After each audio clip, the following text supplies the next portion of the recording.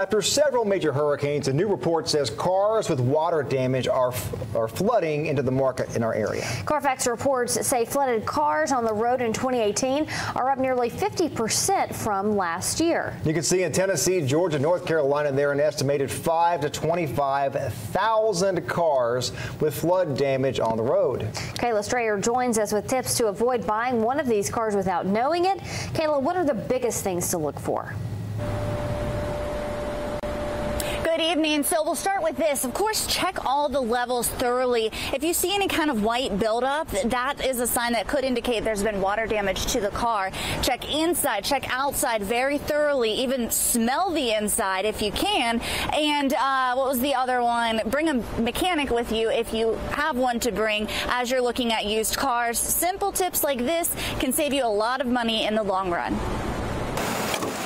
Mike Brock has been driving this flood-damaged car for nearly 10 years. I knew I was buying a flood-damaged vehicle because when I bought it, it said flood damage on the title. Here's the title. You can see it clearly states it's a flood vehicle. Mike's had no problems with it, but he knows that's not always the case. But I've heard horror stories about people having to replace transmissions and engines because of the water damage that manifests itself later. Mike owns Cash for Junk Cars in Chattanooga. He buys junk cars and sells the parts. He says dealers are supposed to tell you if the car has any reported damage from flooding or otherwise. But unless there's been an insurance claim, more often than not, you won't see a paper trail. A lot of these cars that you're talking about that are coming in from the hurricane probably weren't touched by the insurance company. They're just getting them. They're just flooding the market with these things. People have sold them. They don't want them anymore because they were flooded.